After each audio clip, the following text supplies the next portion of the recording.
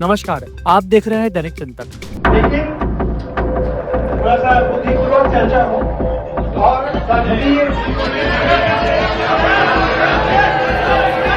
देखिए, सदन के अंदर में आज जो हुआ वो निश्चित बहुत ही निंदनीय और दुर्भाग्यपूर्ण घटना है।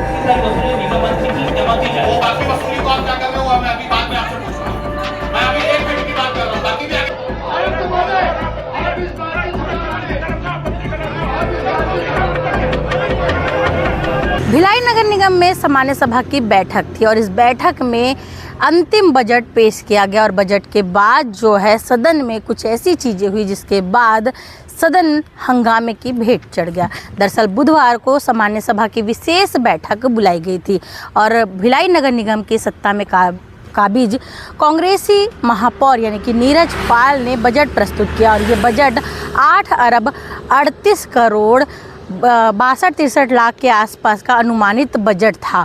और इस बजट के बाद जो भाजपा पार्षद है इस बजट को काल्पनिक बता रहे थे और इसी पर वाद विवाद चल रहा था। इसी बीच आयुक्त भिलाई नगर निगम के आयुक्त जो है उन्होंने बयान दिया और बयान में उन्होंने कुछ ऐसा कह दिया जिसके बाद पक्ष और विपक्ष दोनों ही एक साथ नजर आए। यहाँ तक कि अविश्वास का प्रस्ताव भी आयुक्त को हटाने के लिए ला दिया गया। दरअसल आयुक्त ने ये कहा कि इस सदन में अगर बुद्धि की बात होगी, बुद्धिपूर्ण बात होगी तभी मैं यहाँ पर रहूँगा, अन्यथा मैं यहाँ से चला जाऊँगा। इसी बात को लेकर दोनों ही पक्ष एक हो गए और उन्होंने अविश्वास प्रस्ताव ला दिया।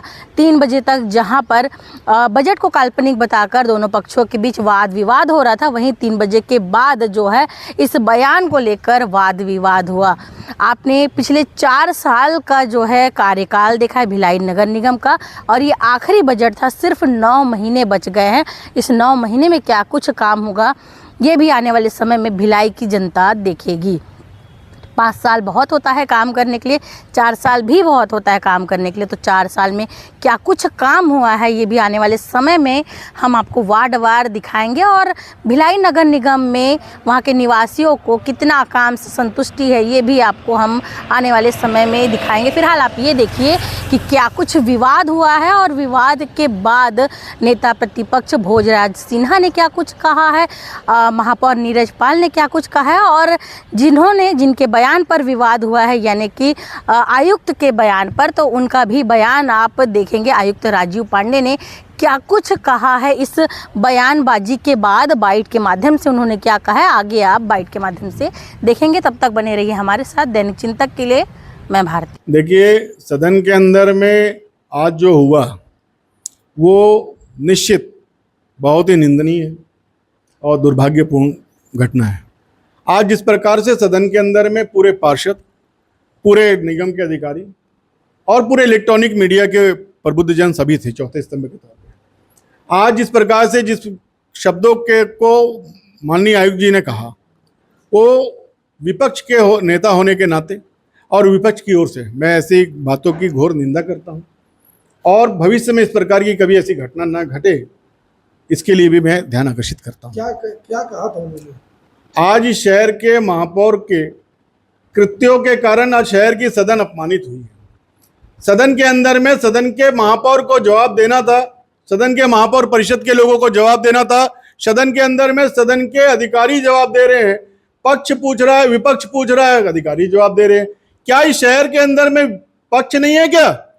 वो महापौर इस नगर निगम के महापौर का सचिव है और आज इसके सचिव ने इस शहर को अपमानित करने का काम किया, इस सदन को अपमानित करने का काम किया है।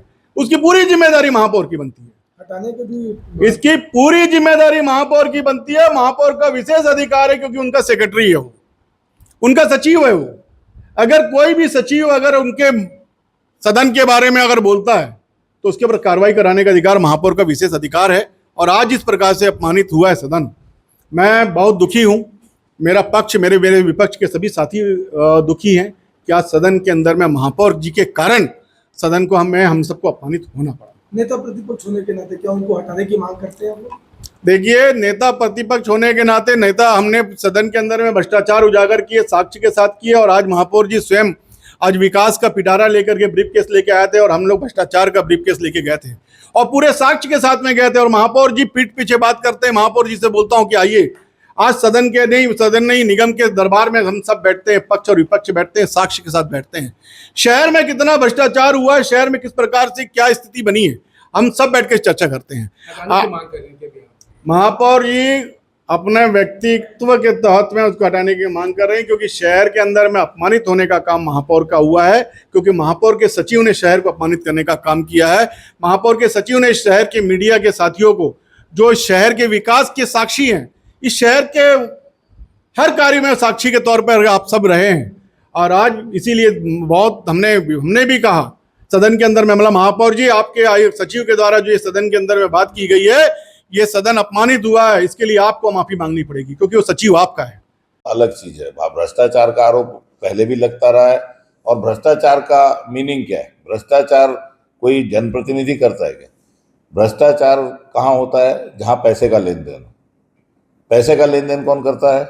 अगर नगर निगम में MIC हो या सामान्य सभा हो, उसको अधिकार है वित्तीय और प्रशासनिक। वित्तीय क्या अधिकार है कि जो प्रस्ताव बनता है उस प्रस्ताव में जो राशि लिखी गई उसकी स्वीकृति देना।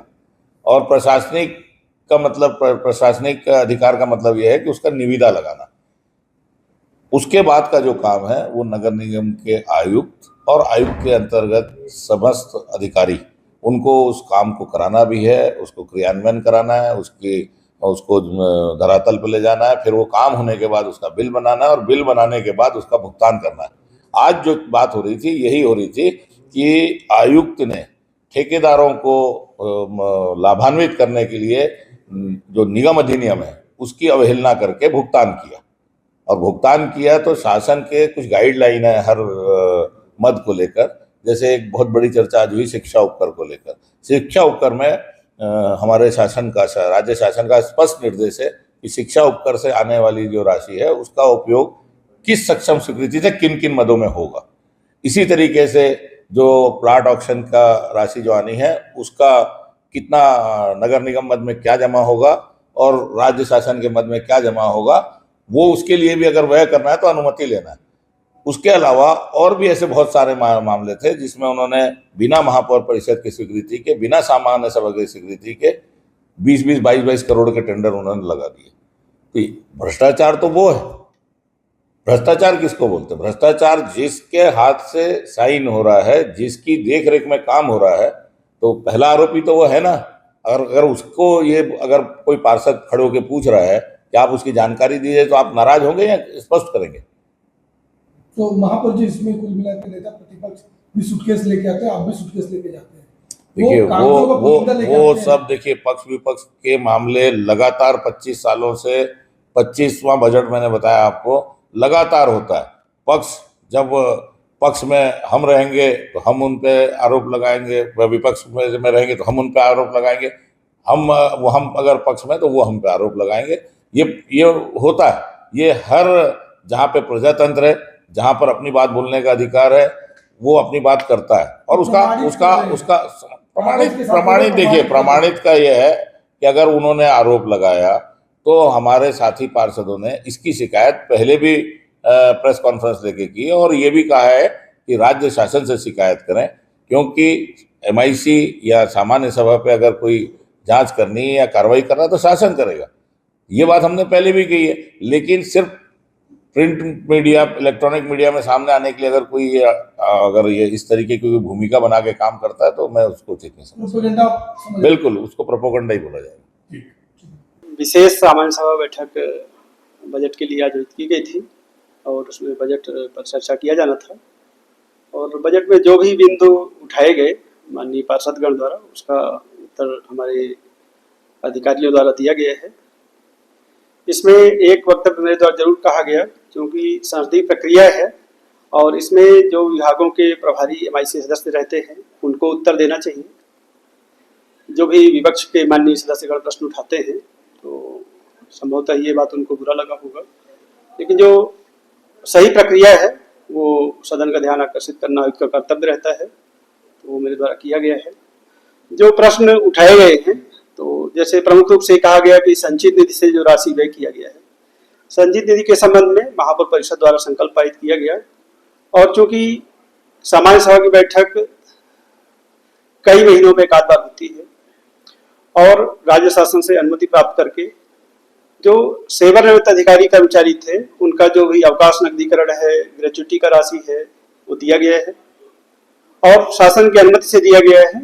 तो कई सदस्यों द्वारा कहा गया कि अनियमित कार्यवाही है। तो जब शासन ने अनुमति दिया है और अधिकारी कर्मचारी के जो वेतन भुगतान और ग्रेच्युटी अवकाश नकदीकरण ये आवश्यक गए, इसमें अगर किसी को अनियमितता दिखती है तो मैं उन पर कोई टिप्पणी नहीं करना चाहता हूँ।